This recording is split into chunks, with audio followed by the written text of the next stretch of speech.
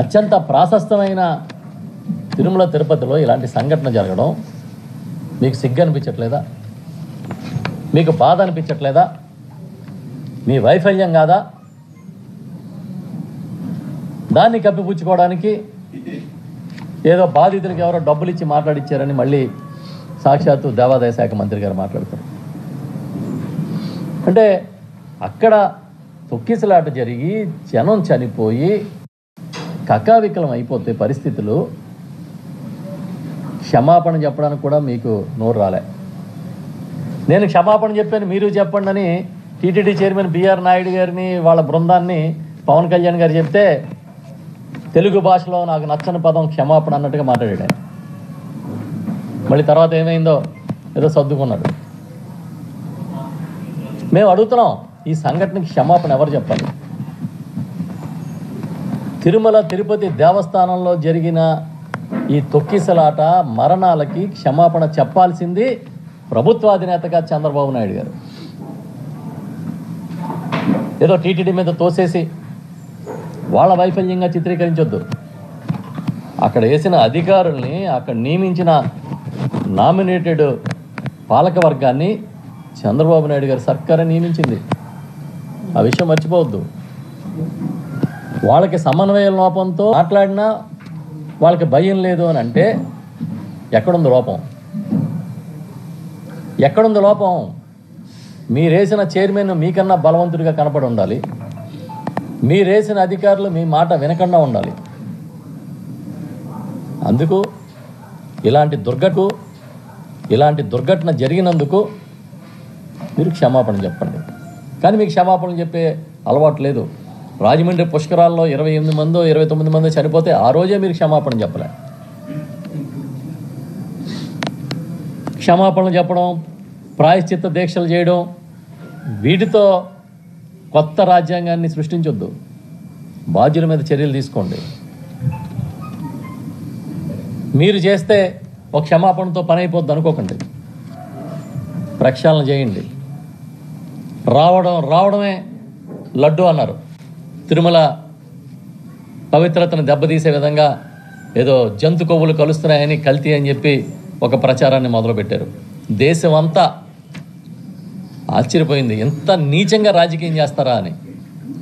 జగన్మోహన్ రెడ్డి గారిని ఇరికిద్దాం, దుమ్మెత్తిపోద్దామని సాక్షాత్తు ఈ ప్రభుత్వం నడిపి పెద్దలందరూ ఇరుక్కున్నారు దాంట్లో.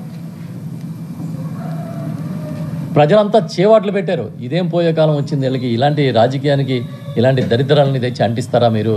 ఎంత పవిత్రమైన వెంకటేశ్వర స్వామి ప్రసాదాన్ని కళ్ళకద్దుకుని చెప్పులు తీసి కళ్ళకద్దుకుని స్వీకరించే ప్రసాదాన్ని కూడా రాజకీయం చేస్తారా అని, అది మర్చిపోకముందే ఈ సంఘటన జరిగింది. దీన్ని బట్టి మీరు ఏం చెప్తారు? తిరుపతిని, వెంకటేశ్వర స్వామిని కూడా మీరు రాజకీయాల్లోకి లాగితే ఇలాంటివే ఫలితాలు వస్తాయి. ఎప్పటికైనా కళ్ళు తెరవండి. చాలా చిత్రం, ఇవాళ ఎక్కడో ఒక వార్త చదివా. దేవుడి గుళ్ళకి దర్శనాలకు వెళ్తే పెద్ద పెద్ద గుళ్ళకి ఫోన్ నెంబర్లు తీసుకుంటున్నారంట, వాళ్ళ పేర్లు, ఫోన్ నెంబర్లు. మీకేం పని అయ్యా? లక్షలాది ఫోన్ నెంబర్లు సేకరిస్తున్నారని రాశారు. మీకేం పని? ఈ ప్రభుత్వానికి, ఆలయ నిర్వాహకులకి ఏం పని? ఏంటంటే ఆర్టీజీఎస్కి పంపుతారంట ఈ నెంబర్లు. ఆల్రెడీ మీరు ఒకసారి ఇంటింటికి ఏదో సర్వే చేస్తున్నారా, ఇంట్లో ఎవరున్నారు, ఎవరు లేరు, వాళ్ళ ఫోన్లు ఏంటి, వాళ్ళ కథ ఏంటి, వాళ్ళ ప్రొఫెషన్ ఏంటి తీస్తున్నారు కదా. మళ్ళీ ఈ ఫోన్ నెంబర్లు ఏంటి? దీని వెనకాలన్న మతలబ్ ఏంటి? ఇవాళ చాలా చిత్రంగా నేను ఒక వార్త చదివి పేపర్లలో ఆశ్చర్యపోయాను. టీటీడీ సమీక్షా సమావేశాల్లో ప్రైవేటు వ్యక్తులు కూర్చుని ఉన్నారు. ఏంటంటే ఆర్టిఫిషియల్ ఇంటెలిజెన్సీని టీటీడీలో ప్రవేశపెడతారంట. మీకు ఇంటెలిజెన్స్ ఎలాగా లేదు, మళ్ళీ ఆర్టిఫిషియల్ ఇంటెలిజెన్స్ ఒకటి. ఓకే, ప్రవేశపెడతారు. దీనికోసం ఆర్టిఫిషియల్ ఇంటెలిజెన్స్ని ప్రవేశపెట్టడానికి టీటీడీ నిర్ణయించింది. దానికి సంబంధించి ఇదిగో నోటిఫికేషన్ ఇస్తున్నాం. ఎవరెవరైతే నిష్ణాతులో, ఈ దేశంలోని, ప్రపంచంలో ఉన్న నిష్ణాతుల కంపెనీస్ అన్నిటినీ కూడా మేము ఆహ్వానిస్తున్నాం. పెద్ద పెద్ద కంపెనీస్ అన్నీ రండి, టెక్నాలజీని అనుసంధానం చేయండి అని మీరు పిలిపించారా? ఒక టీసీఎస్, ఒక ఇన్ఫోసిస్ లాంటి కంపెనీల్లో ఎందుకు పిలవలేదు? ఎన్నో పేరున్న కంపెనీలు టీటీడీకి సేవలంటే పరిగెత్తుకొచ్చి ఉచితంగా సేవలు ఇచ్చే పరిస్థితులు ఉన్నప్పుడు మీ ప్రభుత్వంలో మీకు గతంలో సేవలు చేసి ఆరోపణలు ఉన్న వాళ్ళని తీసుకొచ్చి ఎందుకు కూర్చోబెట్టారు టీటీడీ సమావేశాలను నేను అడుగుతున్నా సూటిగా. ఇది చాలా క్రైమ్. ఇది మీ ఇష్టం వచ్చిన వాళ్ళు నియమించుకోవడం కాదు. నిజంగా ఆర్టిఫిషియల్ ఇంటెలిజెన్స్ టీటీడీలో ప్రవేశపెట్టాలంటే అడ్రస్ లేని వాళ్ళని తీసుకొచ్చి కూర్చోబెట్టడం కాదు. అతిపెద్ద ప్రపంచంలోని అతిపెద్ద కంపెనీస్ ఆర్టిఫిషియల్ ఇంటెలిజెన్స్లో ఎక్స్పర్ట్ కంపెనీస్ని మీరు పిలవండి, నోటిఫికేషన్ ఇచ్చి పిలవండి, వాళ్ళని కూర్చోబెట్టండి, వాళ్ళతో మాట్లాడించండి, వాళ్ళతో మాట్లాడండి.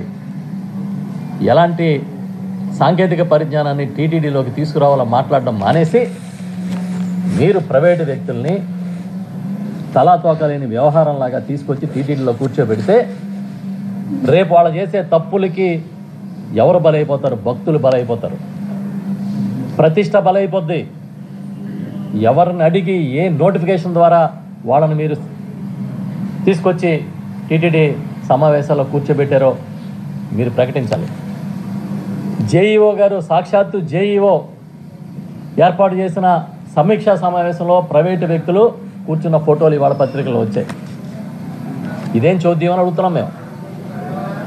పోనీ ఏ ప్రవేశపెట్టడం కోసం ఇచ్చిన నోటిఫికేషన్ ఉంటే ప్రకటించండి. పలానా డేట్న మేము నోటిఫికేషన్ ఇచ్చాం, ఈ దేశంలో ఏ కంపెనీ ముందుకు రాలేదు, ఈ ఒక్కళ్ళే వచ్చారని చెప్పండి. టీటీడీ అంటే ఏంటి అసలు? తిరుమల తిరుపతి దేవస్థానం అనుకున్న వైభవం ఏంటి, ప్రాశస్యం ఏంటి, ప్రపంచంలోనే అత్యంత పేరున్న ధార్మిక సంస్థ ఎంత చులకనగా మీరు బిహేవ్ చేస్తారా? దీని గురించి ఎవరు మాట్లాడాలి? ఇప్పుడు దీని గురించి మాట్లాడండి. ప్రభుత్వంలో ఉన్న పెద్దలందరూ మాట్లాడండి. సనాతన ధర్మాన్ని కాపాడే పెద్దలందరూ కూడా దీని మీద మాట్లాడాలని కోరుకుంటున్నాను నేను. మీరు ఎలా పడితే అలా ఎవరిని పడితే వాళ్ళని తీసుకొచ్చి టీటీడీ మీటింగ్లో కూర్చోబెట్టడం ఏంటి? ఎందుకు కూర్చోబెట్టారు? ఒకవేళ కూర్చోబెడితే దానికి ఉన్న వాళ్ళకి ఇచ్చిన అధికారాలు ఏంటి? మీరు బోర్డు ఆమోదం ఉందా? బోర్డు ఏమని ఆమోదించింది? ఎవడొకరిని తీసుకొచ్చి ఇచ్చేయండి అని ఆమోదించిందా? లేకపోతే నోటిఫికేషన్ ఇచ్చి ఆర్టిఫిషియల్ ఇంటెలిజెన్స్లో అత్యున్నత ప్రమాణాలు కలిగిన సంస్థల్ని పట్టుకురమ్మని చెప్పిందా? లేకపోతే పలానా వాడిని XYZని మీరే గుర్తించి ఇచ్చేయమని చెప్పిందా? అదన్నా చెప్పండి. బోర్డుకి టీటీడీ అధికార యంత్రాంగానికి కోఆర్డినేషన్ ఉందో లేదో మేము తెలుసుకుంటాం. ఒకవేళ ఇచ్చుంటే అలాంటి తీర్మానం బోర్డు ఎందుకు చేయాల్సి వచ్చిందో చెప్పండి. ఏ అర్హతతో వాళ్ళని ఎంపిక చేశారో చెప్పండి అని మేము డిమాండ్ చేస్తూ ఉన్నాం.